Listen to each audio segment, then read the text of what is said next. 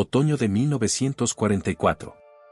En aquella época, Europa estaba sumida en el caos y la destrucción, y en la pequeña ciudad de Reims, en Francia, se vivían los últimos días de la guerra. En unos meses, Alemania firmaría la capitulación y sus fuerzas militares se rendirían sin condiciones. Pero en estas calles llenas de destrucción y ceniza, ya a primera hora de la mañana, un equipo de filmación, dirigido por el director de películas de Hollywood George Stevens, capturaba no películas ni estrellas, sino la misma tragedia. Caminaban entre los escombros, fotografiaban edificios destruidos, iglesias semi-destruidas y calles vacías. No eran escenas para cine, sino imágenes documentales del fin de una era que pronto desaparecería para siempre. Y en Hollywood, donde Stevens se hizo famoso por sus películas con Katharine Hepburn y Cary Grant, ahora rodaba sobre el último otoño del Tercer Reich. Le esperaban muchas victorias y triunfos, pero esta vez no filmaba coronas ni escenas de heroísmo. Aquí, muerte, ruinas y el fin de toda una época. En medio de estos acontecimientos, entra en una de las bodegas de champán. Los estantes están llenos de botellas, cubiertas de polvo y telarañas. ¿Para qué todo esto? El aroma a levadura de vino se mezcla con el olor a pólvora y edificios quemados. En teoría, esto es fermentación, pero ¿qué contienen estas botellas en su interior?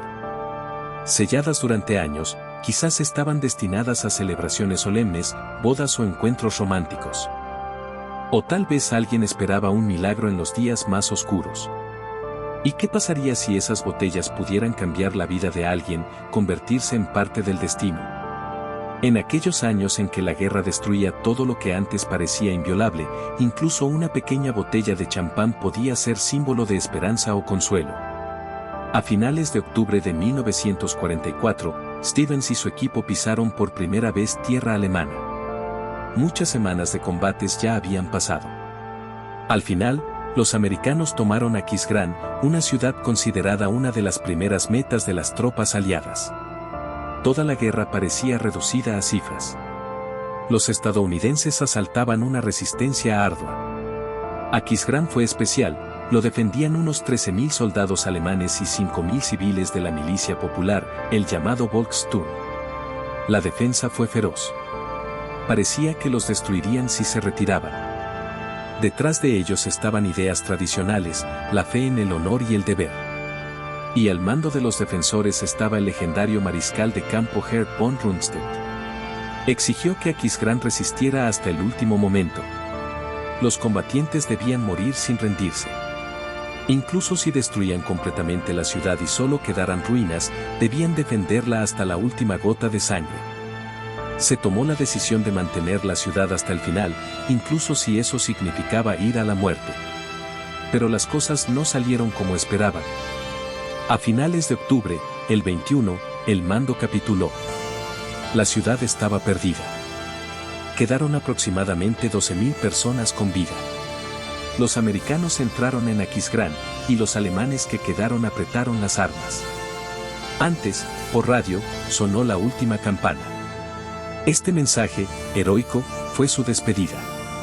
Las voces de los comandantes transmitían: hemos agotado todos los recursos. Las batallas son en vano. Todo lo que queda son ruinas y una lucha feroz en cada casa. Todo en nombre de la protección de la ciudad. Créanse que estamos haciendo lo correcto. Vivimos por nuestro pueblo. Adiós. Viva el Führer. Al final, casi a gritos y con la pompa de una fanfarria, rendían homenaje. La gente en la ciudad era muchas, casi 160.000 personas. Pero solo alrededor de 6.000 decidieron resistir y continuar luchando. El resto se dispersó o se rindió de inmediato. Para ellos, la guerra terminó justo después de la capitulación. Lo que menos querían era ver la verdad. Pronto, los espías estadounidenses notaron que muchos, agotados, evitaban pensar en sí mismos. Casi todos se encerraban en su interior, sin querer admitir su papel. Ninguno dijo que había sido combatiente del lado nazi. Aseguraban que no había ninguna conexión con el fascismo. Esto parecía ser un temor común. La gente se aferraba a sus ilusiones como a una tabla de salvación. Algunas semanas después de la caída de Aachen, aparece un cuadro más sombrío. Muchos agentes de seguridad de Estados Unidos observan que los ciudadanos no son héroes ni víctimas. Son personas obsesionadas con su propia angustia y sufrimiento. En su interior hay silencio y reserva. Piensan más en sus pérdidas que en lo que sus países hicieron. No les importa quién tiene la culpa. Cuando les preguntan quién estuvo de su lado, nadie está de acuerdo. Nadie admite haber sido simpatizante nazi o simplemente participante en el sistema. La desesperación y el deseo de olvidar los hacen parecerse. En esos momentos, se comprende que la guerra no trata solo de frentes y batallas. Se trata de las personas, del miedo, de las pérdidas. Y de su deseo de esconderse, de parecer inocentes. Este horror, donde ninguno quiere admitir sus errores, se transforma en un colapso lento, pero inevitable, de la sociedad. Parecía que nadie siquiera pensaba en su responsabilidad personal por todo lo que ocurría. En la memoria, grabada en el diario del 3 de octubre de 1944, en la parte sur de Aachen, escribe una mujer llamada Clara Trafford. Sus palabras suenan como un presagio: ya estoy harta, de verdad. Pero en 20 años otros idiotas volverán a olvidar todo y empezarán de nuevo. Ella, como profeta, preveía los ciclos de locura que se repetían una y otra vez. De ese tipo de pensamientos parece escuchar en las noticias, cuando se dice, cuando las personas cometen los mismos errores, a alguien le da igual. En ese momento, en Aachen, un equipo de Hollywood Stands filma otra serie de tomas. No temen, porque, en esencia, solo documentan sin luchar. Filmaron para mostrar que incluso las guerras pueden ser registradas sin arriesgar vidas. Pero esas imágenes quedaron invisibles para el público en general. Stans, preocupado por sus camarógrafos, evitaba escenas peligrosas. Solo muchos años después, esas películas en color fueron encontradas por casualidad en su herencia.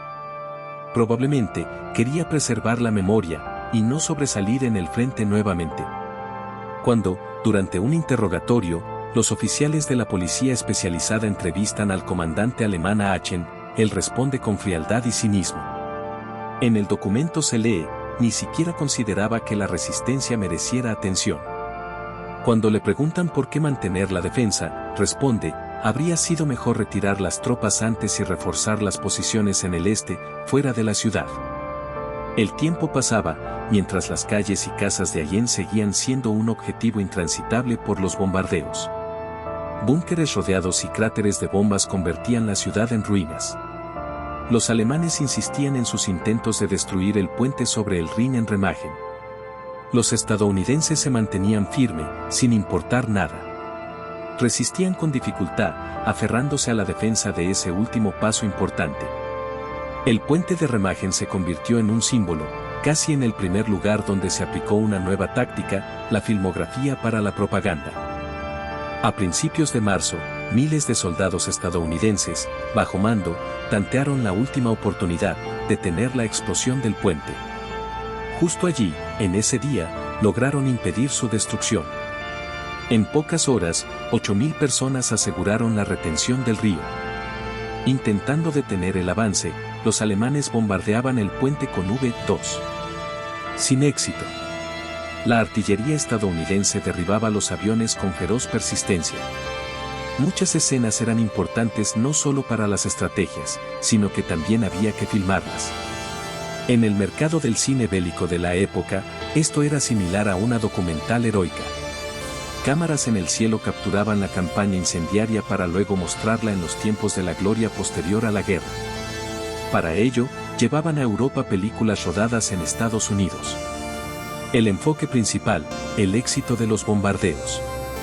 En la primavera de 1945, un equipo de filmación llegó a Düren.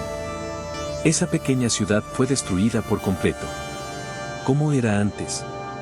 Algunos la describen como acogedora, con casitas ordenadas y calles florecientes. Ahora, solo es un montón de muros quemados. Un periodista de la revista Estrellitas y Rayas escribió entonces que solo quedaban ruinas, sin un solo ser vivo. Notó que en otro tiempo, Düren fue un lugar hermoso. El capitán Larkin bromeaba: si los alemanes después de la guerra quieren recuperar Düren, tendrán que buscar un lugar nuevo y reconstruirlo todo desde cero. Así sucede, toda Europa en ruinas, y cada día ella aprende sus lecciones invisibles. Todo ocurría casi simultáneamente, pero en lados diferentes de la frontera. En Bélgica, cerca de la frontera con Alemania, ocurrió un momento sorprendente. El comandante en jefe estadounidense, general Dwight Eisenhower, llegó a unos ejercicios para elevar el espíritu de sus tropas. Era un video raro, porque no fue grabado solo por un operador, sino por el mayor Kurt Bellauton, quien sostenía la cámara. Era parte de las filmaciones de la Segunda Guerra Mundial. Imaginen, los estadounidenses prepararon un desfile real. No para un espectáculo, sino como una demostración de confianza. Chorro de polvo, marcha de maquinaria resonante, banderas y sonrisas.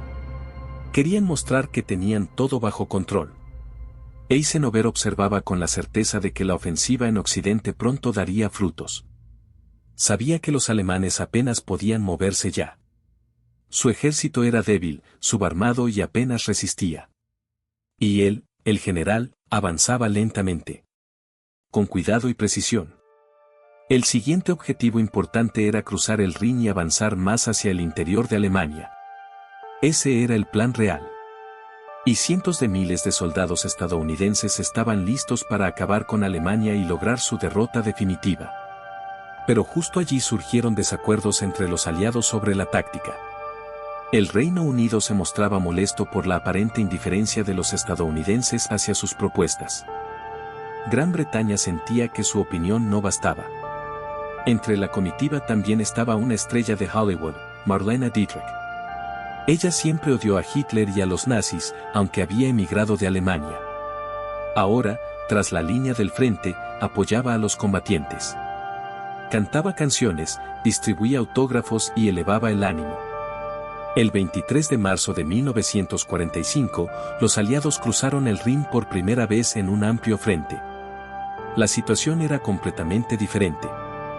Más de 1.200.000 soldados participaron en la batalla. Fueron lanzados al otro lado del río mediante puentes de pontón, apresuradamente ensamblados en condiciones de urgencia. Los alemanes veían cómo su resistencia se desvanecía. Su ejército casi no podía oponer resistencia. En ese momento, Adolf Hitler comprendía toda la peligrosidad. Se daba cuenta de que el enemigo no esperaría. En su mente bullían pensamientos sobre un colapso total. En el ejército llegaban rumores a sus oídos. Un oficial alemán escribió en su diario: "Sentimos que comienza una batalla decisiva. El enemigo está cruzando el Rin en 3 puntos simultáneamente". El 22 de marzo, por orden del Führer, se anunció a la guarnición: quien caiga en manos del enemigo sin haber sido herido o sin haber entregado todo, será castigado. No solo con humillación, sino que su familia perderá todo apoyo. Se confiscará toda su propiedad y finanzas. Y sus seres queridos, los que aman y esperan en casa, serán responsables de sus acciones. Solo todos debían firmar que habían escuchado la orden. Las cámaras del Proyecto Especial 186 registraron la ruptura estadounidense en la otra orilla del río. Mientras tanto, en Frankfurt, en el otro extremo de Alemania, vivía una joven. Se sentía como en un vacío, como si estuviera en una niebla, esperando a los estadounidenses. Ante ella, no ocurría nada. Solo podía sentarse a pensar. El tiempo parecía haberse detenido. ¿Por qué justo ahora? En su cabeza surgía una sola idea: la historia la escriben quienes saben gobernar. La mayoría, simplemente, son marionetas. Se decía a sí misma: bueno, por fin puedo pensar en lo que había en este mundo loco. Y en su corazón, una amarga sensación de que todo esto era una tragedia. No es broma, si no fuera por las vidas humanas, esto parecería un espectáculo. El 25 de marzo de 1945, se dieron las noticias oficiales. El ministro de propaganda de Hitler, Joseph Goebbels, declaró que la situación en Alemania Occidental se había vuelto crítica. Ya parecía un juego casi mortal. Los alemanes entendían que cada vez había menos tiempo. El enemigo avanzaba como una apisonadora y conquistaba territorios cada vez más rápidamente. El propio Hitler no ocultaba que la situación era peligrosa. Temía que su ejército pudiera rendirse en masa. En sus diarios está registrado, se siente que la final se acerca. Todo apuntaba a que la resistencia pronto colapsaría por completo. Los alemanes observaban lo que ocurría con preocupación. Comprendían en pánico que el destino del país pendía de un hilo. Y cuanto más avanzaba la primavera, más clara se volvía la realidad, ya no era posible ganar. Pero toda esa lucha por las últimas fuerzas parecía no traer alegría a nadie. Simple amarga esperanza de distraerse un poco de las noticias terribles. Día tras día, en Flandes Occidental, una niña hojea las páginas de su diario. Escribe, es como cualquier otro domingo, pero todo a mi alrededor parece extraño. Se siente una inquietud, dentro como una piedra. Desearía que todo terminara pronto. Ya no se puede esperar mucho. El enemigo está casi aquí. En sus palabras se escucha la voz angustiada de alguien que comprende el peligro inminente. De repente, un grito rompe el silencio, los americanos vienen. ¿Qué pensar? En pánico, todos corren en todas direcciones, unos ayudan a los heridos, otros simplemente buscan salvarse. A lo lejos, tras el pueblo, todo parece una escena de daguerrotipo. Casas semiarruinadas, puentes destruidos, ¿qué ha pasado? ¿Es nuestro orgulloso batallón alemán? No, todo el pueblo se rinde. Unos 200 soldados del ejército alemán han caído en cautiverio. Ese mismo día, 25 de marzo, la Fuerza Aérea Británica ataca posiciones y vías de comunicación alemanas. La misión, impedir que el enemigo se escape hacia la región del Ruhr. En un día, los británicos ya mantienen un puente de mando de unos 10 kilómetros en la otra orilla del Rin. Allí, tras la línea de frente, esperan los camiones, llevan secciones para puentes de pontón. La escena parece de una película, pero es la realidad. Kirk B. Lawton, el operador a quien se le confía filmar el día a día de la guerra, ha recorrido las líneas de ocupación, registrando cada detalle. Lo llevan al otro lado del Rin por un enlace especial, estos chicos también utilizan las redes telefónicas, cada nodo es importante. En la orilla, barren campos minados, explosivos alemanes enterrados profundamente en la tierra. Muchos soldados se rinden, entendiendo que las posibilidades del enemigo son escasas. Los estrategas han preparado cuidadosamente la operación Plunder. Todos esperaban que la ofensiva la encabezaran los británicos. Soñaban con avanzar hacia Hamburgo y hacia Dinamarca. Pero en conversación con Eisenhower, Winston Churchill dice, Alemania está derrotada. Ahora los mantenemos. Todo ha terminado. Pero aquí empiezan los juegos tras bastidores. Los americanos en realidad ocultaban sus planes. Planeaban atravesar el frente en el centro y sur de Alemania. Su objetivo, avanzar por caminos que puedan golpear a Alemania en su parte más profunda. Churchill escucha esto y estalla. Grita, ¡qué tonterías! ¿Por qué solo ellos? Debemos entrar en Hamburgo, en Dinamarca. Pronto, a principios de marzo, las primeras ciudades, Colonia y, previamente, otras, caen. El 31 de marzo, el equipo de filmación especial llega por primera vez a Colonia. Sus cámaras registran los daños, rastros de bombardeos, montones de escombros. Queda poca gente en la ciudad, se esconden, esperan ser rescatados. Justo unos días después, el 26 de marzo, llega allí la periodista Janet Flanner. Ella escribe, Colonia, ahora símbolo de destrucción. Sus antiguas calles se han convertido en ruinas. La belleza medieval ha desaparecido bajo una capa de ceniza y piedra. ¿Y qué pasa? Mientras una ciudad se convierte en ruinas, la guerra avanza. Nadie olvida esas escenas en las que caen bombas y se destruyen puentes. Aquí está todo, heroísmo y horror de la quietud. Todo esto no lo ves en la pantalla, sino en la realidad. Estas imágenes son parte de la historia. De una realidad que permanece grabada para siempre en la memoria. Y solo se puede sentir asombro, como lucharon las personas en esas condiciones, cuando cada día bombardeaban y cada noche podían huir. Toda esta guerra no es solo sobre estrategias y planes. Es sobre las personas que la suerte enfrentó cara a cara con el horror. La colina, cubierta de ruinas, despojada de todo ser vivo y sin adornos, el río Colona no oculta su vacío. Allí, en las orillas, quedaron calles casi quemadas por la silencio.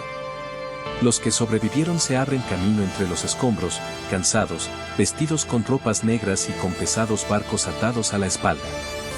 La quietud parece vibrar en el aire en todas partes.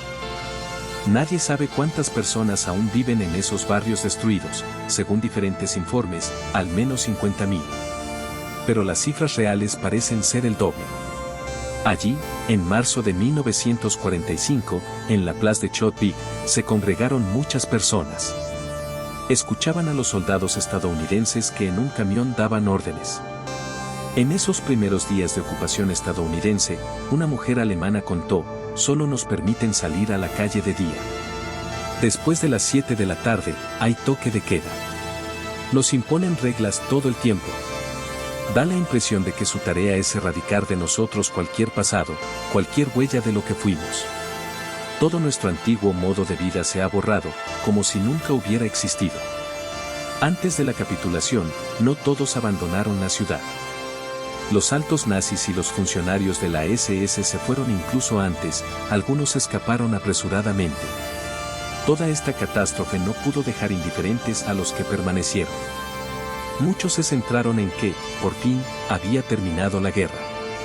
Algunos dijeron que para ellos la victoria significaba desaparecer el miedo a los bombardeos y a los disparos de artillería. Hacerse entender desde abajo, vivir en el miedo constante, todo eso quedó en el pasado. Los habitantes de la Colona sentían un alivio. Se liberaron del temor a la evacuación, de la sensación de estar atrapados para siempre.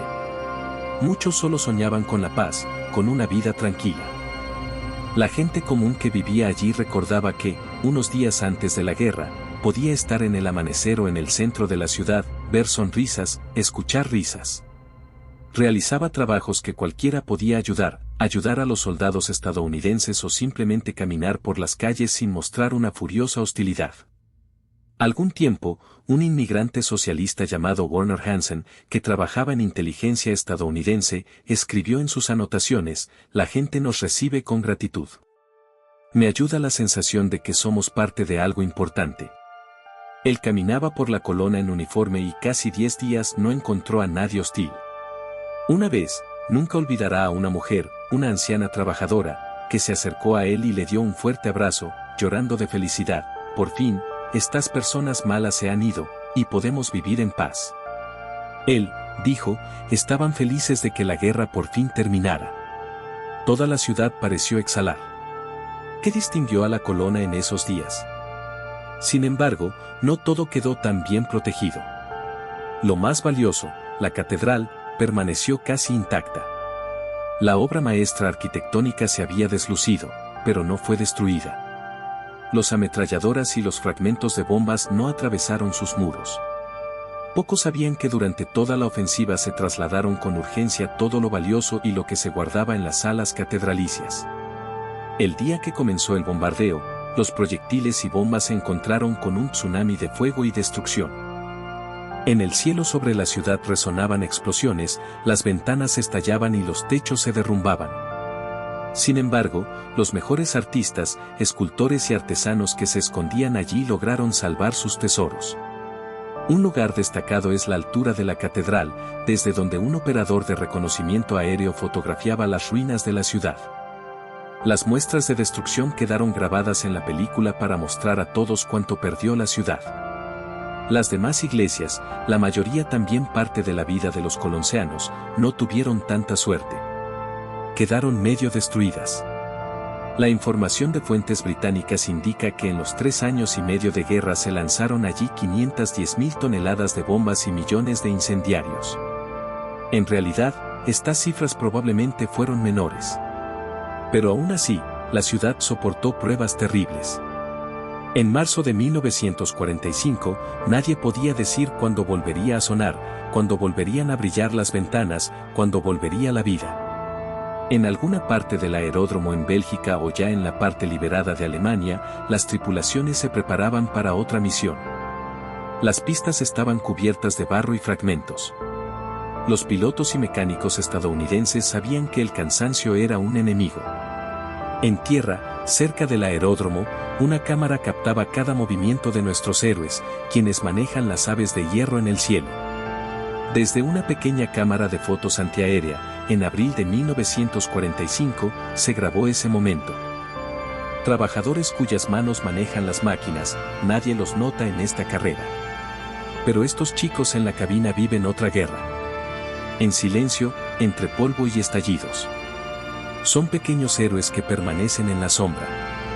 En el cielo militar ocurrían muchas cosas importantes y extraordinarias. Imaginen miles de aviones de combate, que cada día salían en misión. Su tarea no era solo luchar contra el enemigo, sino literalmente ahogarle la logística.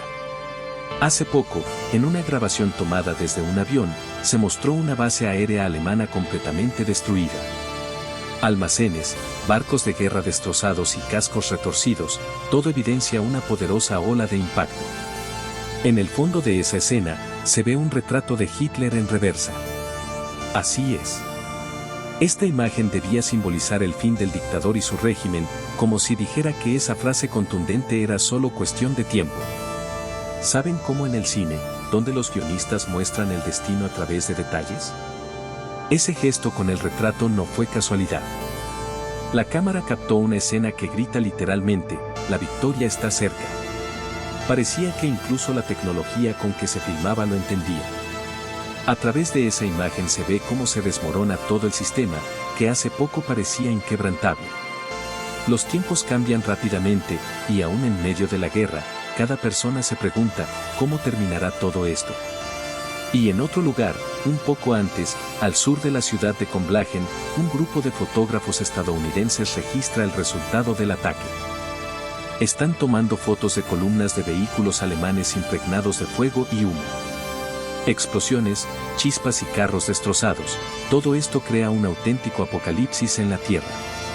La cámara muestra literalmente cada coche quemado, como si intentara capturar la última escena antes del final definitivo. Ese momento en que parece que toda la potencia militar, toda la armamentística, todos los bombardeos, son una gota en el océano si el enemigo se aferra con tanta tenacidad a la vida. Solo podemos suponer que ocurría dentro de esas máquinas que se incendiaron en un instante. ¿Cuántas personas había allí? ¿Soldados? ¿Civiles? Seguramente, algunos no lograron escapar. Y otros se pudieron haber puesto en una situación sin salida. En medio de este caos de destrucción, los alemanes perdían el control. Sus aviones, especialmente los más modernos Messerschmitt Me-262, aún lograban mantenerse en vuelo tanto en despegue como en aterrizaje. Estos apacadores, capaces de alcanzar velocidades de 870 km por hora, parecían volar de otro mundo. Y aquí es donde comienza lo más intrigante. ¿Por qué estos cazas modernos a menudo no volaban? La razón principal era la falta de combustible. Los pilotos alemanes, aunque contaban con innovaciones tecnológicas, muchas veces tenían que permanecer en tierra. A veces, sus enemigos los encontraban en combate, ferozmente enfrentados, como si tuvieran un calendario de encuentros preparado. En la pantalla parpadeaban imágenes, siluetas negras de Messerschmitt contra un cielo gris. Y lo interesante es que los estadounidenses, armados con bombarderos, tenían que luchar no solo contra los aviones enemigos, sino también contra las restricciones. Sus adversarios no solo eran rápidos, sino que además aparecían de manera inesperada en los rincones más remotos. Una vez se ve cómo su inteligencia militar detectó un grupo oculto de Me-262 en camuflaje. Entonces quedó claro que el enemigo seguía luchando, sin importar las circunstancias. ¿Quién hubiera pensado que, incluso al final de la guerra, la tecnología alemana todavía podía causar daño? Incluso a 2 meses de la capitulación, estos aviones continuaban derribando estadounidenses, a veces sin mucha esperanza para los pilotos, porque la velocidad del Messerschmitt era incomparable. Otro motivo de preocupación para Estados Unidos, en medio de todas las victorias diarias, aún quedaba la sensación de una amenaza. mientras los aviones estadounidenses surcaban con confianza el cielo, en la retaguardia grababan los daños. Las cámaras capturaron tierra arrasada, zonas de suelo destruido. Y en el centro de toda la escena, una imagen simbólica, un retrato de Hitler volteado al revés. No como en las películas normales, sino como si fuera una escena preparada, cerca de un campo nazi. Esta imagen transmite la idea de que el dictador ya no controla la situación. Parece estar cayendo, perdiendo el equilibrio. Todo el régimen, todo su poder, es solo una ilusión. Y todo esto se ve sin palabras. Surgen pensamientos sobre cómo estas escenas generan ese efecto. La persona que mira comprende, la victoria está en camino. En medio de este caos, en estas ruinas. Incluso los aviones más modernos no son una solución definitiva. Explosiones, humo, todo está tan vivo en la imagen que parece como si la tierra misma dijera, fin. A veces, todo parece tan grandioso y aterrador que uno quiere saltar esa escena, apartar la vista. Pero aún así, permaneces allí. Esa es la guerra, la que lo cambia todo a su alrededor. Especialmente cuando te das cuenta de que detrás de cada avión quemado, vagón destrozado o fotografía se oculta el destino de cientos de personas vivas. Es improbable que ese convoy se dirigiera al frente. O tal vez buscaba refugio de las tropas americanas que avanzaban. Nadie sabe con certeza cuántos soldados perdieron la vida allí. Solo se puede imaginar lo que ocurrió, el estruendo, el polvo, el miedo. El convoy aparentemente fue alcanzado por el fuego en alguna carretera rural, frente a la famosa fortaleza de Marburg en el río Rin. Esa zona era estratégica, era importante detectar los movimientos del enemigo. Los americanos sabían que las tropas de las SS representaban un peligro especialmente grande. Estos combatientes luchaban sin escatimar esfuerzos. Como regla, no se rendían, combatían hasta la última gota de sangre, eran sanguinarios y fanáticos en cada batalla. Algo definitivamente salió mal. El ataque fue tan fuerte que destruyó gran parte de las reservas y el equipo de las SS. Y eso pudo haber salvado muchas vidas de soldados americanos. Sobre todo de aquellos que en las próximas semanas planeaban salir del cerco. Sin embargo, hay un detalle señalado en los registros del operador. En ese momento, un alemán, miembro de las SS, se rindió a los estadounidenses. Llevaba ropa civil, parecía inofensivo. Nadie sabe qué ocurrió con él después. Lo más probable es que lo enviaran a un campo de prisioneros de guerra. Cerca, un poco más allá, ya había llegado la quietud. En silencio, por las calles de una pequeña aldea cerca de Bopar, caminan las personas. En las calles, hay filas por comida. La vida ya empezaba a volver a la normalidad.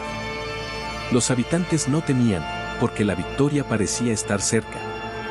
La periodista estadounidense Martha Gellhorn capturó ese momento. Sus notas no son solo palabras. Es un testimonio vivo. Escribió, ninguno de ellos se considera nazi. Ninguno lo era. Esto acaba. Las conversaciones sobre el poder, el miedo, todo quedó en el pasado. La gente habla con franqueza, estamos cansados, queremos libertad. Los americanos son nuestros liberadores. No hemos hecho nada malo. No somos nazis. Al avanzar un poco más río abajo, a 20 kilómetros, la cámara desde arriba capturó los escombros del puente en Remagen. Hace tiempo ese puente fue un símbolo de la victoria. Ahora yace sumergido bajo las aguas del Rin. El día de marzo de 1945, precisamente entonces, llegó un director de Hollywood. Le pidieron expresamente que viniera. El general Eisenhower quería documentar el fin de la lucha. Desde el balcón del hotel, tenía ante sus ojos la pasarela con puentes rápidos que construyeron los ingenieros estadounidenses.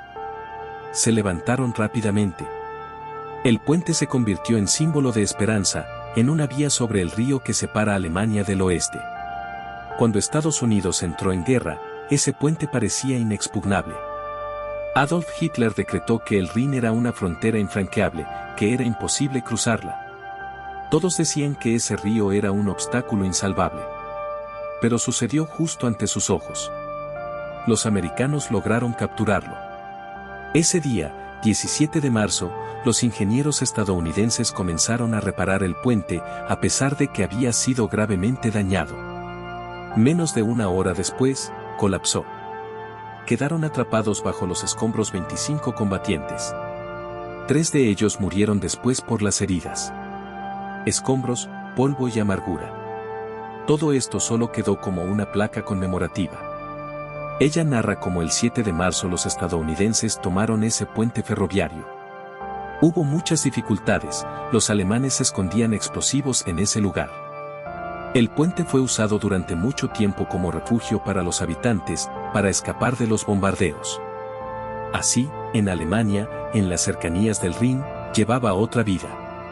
Allí, donde la guerra ya parecía lejana, la gente se reunía.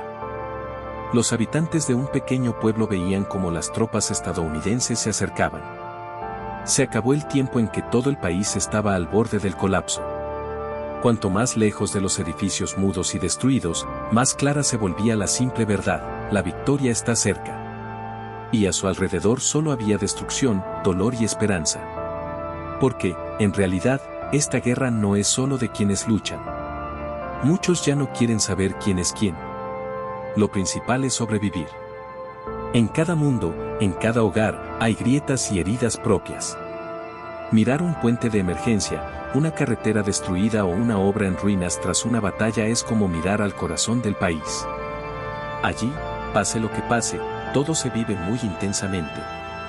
Y todo es tan importante, tan inevitable. En la placa conmemorativa están grabados los nombres de esos ingenieros estadounidenses que murieron cuando la muerte impactó en el puente y este colapsó en la nada. Imaginen cómo, a lo largo de los años, se añadían nuevos nombres, como si cada uno fuera una pequeña tragedia. Y aunque el monumento es solo una piedra y un nombre, cuenta la historia de las personas que dieron su vida por el puente, por las ciudades, por el futuro. Entonces, nadie pensaba que esta guerra dejaría solo ruinas y amargos recuerdos. Cada uno de esos nombres es un recordatorio del precio que paga una persona por las ambiciones y miedos de otros. En marzo de 1944, casi en el centro de Frankfurt, calles antiguas y edificios de repente quedaron en el infierno. En bombardeos reiterados por la Fuerza Aérea Británica, la ciudad se convirtió en ruinas. Cuando estallaban las explosiones, parecía que el tiempo se detenía. Todo el centro, la memoria y el alma de la ciudad estaban en peligro de destrucción. El resultado de ese caos histórico aún puede verse hoy: escombros, techos rotos, ladrillos dispersos. Entonces, a pesar de los horrores y destrucción, arquitectos y políticos ya pensaban en cómo reconstruir. Pero los jerarcas nazis tuvieron otra idea: dejar todo tal como estaba. No reconstruir. Era mejor olvidar por siempre aquella belleza que alguna vez existió. Sus artículos en el periódico El Observador Popular rechazaron reconocer cualquier nostalgia. Escribían que todo lo muerto quede sepultado, y la memoria solo estorba. Lo único que quedó fue la devastación. Y no tiene sentido juzgar el pasado, porque tenemos una nueva misión: destruir todo para reconstruir, solo sobre las ruinas. A finales de marzo de 1945, las cámaras captaron suciedad, agujeros, rieles rotos, todo reflejado en los espejos de los bombarderos estadounidenses. Las cámaras no solo captaron grietas en los puentes, carreteras cubiertas de polvo y ceniza. También mostraron prisioneros alemanes siendo sacados de la ciudad. Parecía que la misma naturaleza de la guerra quería registrar su crueldad. El general Lofer, comandante en la ciudad, estaba dispuesto a resistir con todas sus fuerzas. Decía a sus soldados: si tuviéramos algo que cubrir, hace mucho que habríamos izado la bandera blanca y nos habríamos rendido. Pero quizás aún tengamos una última baza.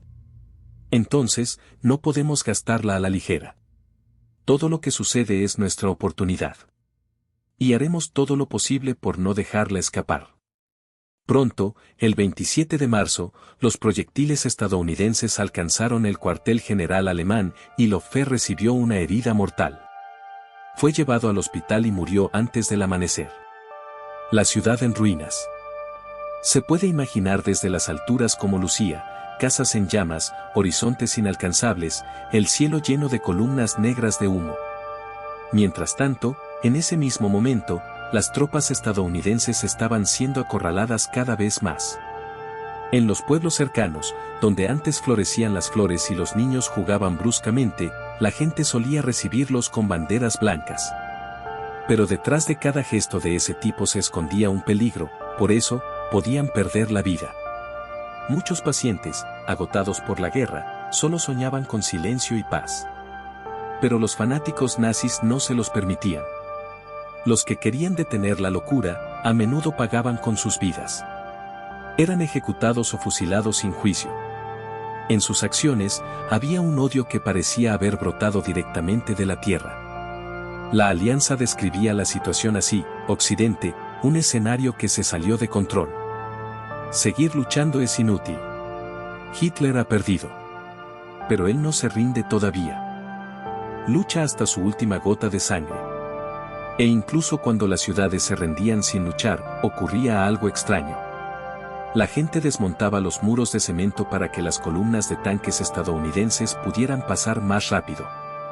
Cuando el combate realmente comenzaba, los soldados alemanes se convertían nuevamente en una barrera. No tenían intención de rendirse. Luego, los médicos estadounidenses evacuaban a los heridos. A finales de marzo de 1945, las tropas estadounidenses tomaron la ciudad de Badersfeld. El comandante alemán decidió que rendirse era la mejor opción. Más tarde, los prisioneros franceses morían al saludar a sus liberadores, como si fuera el amanecer tan esperado después de una larga oscuridad. Cuando la cámara del Proyecto Especial número 186 capturó ese momento, parecía que la historia había girado a una nueva página. La aldea, devastada y marcada por la guerra, lentamente cedía ante la presión del acuerdo. Frente a la cámara, una valiente delegación de la administración local y el ejército negociaba con la delegación estadounidense, todo para que la transferencia de ese territorio ocurriera en paz. Sin palabras, como si entre ellos existiera un acuerdo tácito, discutían los detalles. La mayoría de los habitantes, observando esto, sintieron alivio. Sabían que todo podría haber terminado mucho peor. Aunque algunas casas estaban en llamas, eso era solo vestigio de los bombardeos. Un cañón, un misil, una explosión, todo lo que quedó tras las batallas. Dentro de cada uno, la sensación de haber escapado del infierno. Y eso ya era mucho. Algunas personas todavía temían. El miedo a los vencedores no desapareció en un instante. Después de todo, la guerra no es cosa de juego. Pero la mayoría comprendió que los soldados estadounidenses no eran enemigos, sino más bien defensas con las que se podía hablar. Y por eso el miedo fue gradualmente reemplazado por la curiosidad. La gente empezó a observar, escuchar y mirar a su alrededor. En el pueblo parecía que todo se inclinaba de nuevo hacia la vida normal. En ese lugar volvió a aparecer la sensación de que habían logrado liberarse del yugo. Y todo esto sucedía en tiempos de guerra, en el momento más difícil. Pero en marzo de 1945, el 25 de marzo, un soldado alemán que esperaba órdenes anotó en su diario palabras que dan escalofríos. Escribió sobre la incertidumbre, lanzándose de un lado a otro. No hay claridad, ¿dónde está la frontera del frente? ¿Qué está ocurriendo realmente? Es como si las piezas de un mosaico estuvieran dispersas. Le inquietaba la idea, ¿hasta dónde ha avanzado el ejército? ¿Y con qué propósito? Hace apenas unos días había escrito que el enemigo intentaba dividir Alemania en norte y sur. Y aún no está claro en qué dirección se moverán los mandos supremos. ¿Dónde encontrar la respuesta? Muy al norte, en Hesse, cerca de un pequeño pueblo llamado Wolfshagen, más allá de los frondosos pinos y los campos, un operador estadounidense filmó un campamento provisional para prisioneros. Cerca de la alambrada de Espino, se escondían cientos de soldados alemanes y milicianos nacionales. Estaban en la tierra embarrada, cansados y mirando a su alrededor, como aves atrapadas en una jaula.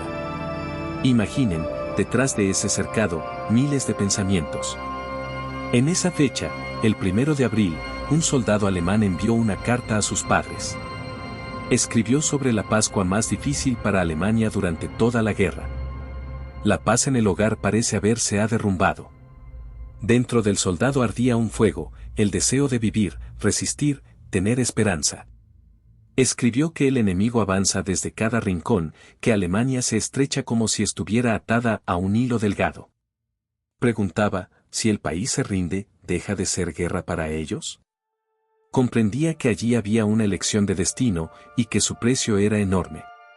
Entonces aseguraba que mientras hubiera armas y fe, nadie se rendiría. No descartaba que un punto de inflexión se acercara con más fuerza. Según él, el destino que le había asignado el Führer no permitiría que todos los sacrificios fueran en vano. Cada palabra era casi una oración, con toda la fuerza con la que él esperaba la victoria. Se fortalecía a sí mismo, delante todavía habría un momento decisivo. Al sur, ya ese mismo día, las fuerzas americanas avanzaban. Como si sobre rieles, sitiaban una ciudad tras otra, en una operación que parecía rutinaria. El movimiento de las fuerzas enemigas parecía haberse detenido. Guerra limpia. Ya no hay una defensa organizada. Pero los veteranos temían emboscadas. No en vano, varias veces se habían emitido señales de alerta. Recordaban lo aterrador que era, detrás de cada árbol, un partisan o un malhechor. Decían que incluso los civiles podían ser enemigos. Los estadounidenses los llamaban lobos. Y aquí empezaba lo más terrible. En sus radios anunciaban que habían creado una organización especial, el Movimiento Lobo. Este grupo de combate, aseguraban, intimidaría a aquellos que colaboraran con el enemigo. Entre ellos estaban también los colaboracionistas alemanes. En sus mensajes resonaba la idea, el odio es nuestra oración, la venganza, nuestro canto de guerra. Era un llamamiento para quienes aún estaban dispuestos a luchar. En este infierno bélico, todo el poder de la propaganda. El ministro Goebbels y sus asistentes se concentraban cada vez más en avivar el miedo. De repente todos entienden, el régimen no solo dispara balas y granadas. Cada vez con más ferocidad recurre a una nueva forma de terror, incluso a matar a sus propios. En ese estado, ni siquiera los propios soldados eran salvados. Si alguien lograba entregarse, lo mataban. Un arma mortal contra los suyos, un juego despiadado. La nación había quedado tan sumergida en un abismo de horror que la destrucción de sus propios había llegado a ser cosa normal. En medio de esa locura, ya era difícil distinguir quién estaba vivo y quién muerto. El miedo y la traición forman parte de la vida cotidiana del Reich. Era una época de grandes cambios. El país al borde del abismo. Sin embargo, a pesar de todo, tras cada esquina asomaba la esperanza. No se había perdido por completo. En esos momentos no solo había horror, sino también fe. La cima de la imprevisibilidad. El momento en que la victoria podía dar la espalda al enemigo o, viceversa. Y su destino dependía de aquellos que morían por ellos. Ninguna tragedia dejaba huella, ningún temor desaparecía, todo permanecía en el interior, como parte de la historia. A veces parecía que el horror había llegado a su fin, pero siempre regresaba. Y no se podía distinguir la realidad de lo que ocurría tras la cámara. Los días y semanas de incertidumbre se prolongaban ante las tropas americanas. Cada mañana se levantaban sin saber exactamente qué les esperaba más allá de la próxima colina o en la siguiente ciudad. Todo su mundo se volvió gris, una situación constantemente confusa, con mucho riesgo y peligro aún presentes. Cada nuevo día era, en esencia, otra lucha por sobrevivir. Al entrar en combate, los soldados entendían que su tarea era destruir la máquina de guerra alemana a cualquier precio. Y no dudaban ni un momento, en juego estaba el destino del mundo. Algunos ya sentían que la victoria estaba cerca. Pero el miedo seguía presente. El clima tampoco ayudaba, frío, barro, lluvias y nieve complicaban mantener la línea. En sus ojos se reflejaba la determinación y en sus corazones el deseo de terminar todo de una vez. En esos momentos parecía que no solo se fortalecía al ejército con armas o tecnología. La fe era lo importante, la convicción de que todo era por el futuro, por aquellos que dejaban en casa. Mientras tanto, la radio y las cámaras registraban cada instante, cómo se libraban las batallas, cómo se desprendían los muros, cómo ardían las ciudades. Los operadores y fotógrafos sostenían firmes sus cámaras, sabiendo que esas imágenes serían historia. Al mismo tiempo, en Estados Unidos muestran en la televisión películas en color, algo raro para esa época. No solo documentaban el desmoronamiento del dienestador alemán, sino que convertían la guerra en un espectáculo vibrante. Nunca antes en la historia la gente había visto la guerra tan claramente y con tanta viveza. En esas imágenes no solo había verdad, sino también fuerza, hacían que la guerra pareciera tangible y cercana. Pero frente a los espectadores aparecían no solo destrucciones. Estaban los rostros de los soldados, los rostros de civiles comunes que en pocas horas podían encontrarse en otro lugar o en otra situación. Todo esto creaba la sensación de que la guerra no era solo números en un contador o mapas en una pared. Era gente real, vidas humanas atrapadas en una lucha mortal. Y aunque la victoria aún estaba lejos, los creadores de esas películas ya hacían todo para grabar el acto final de aquella gran batalla.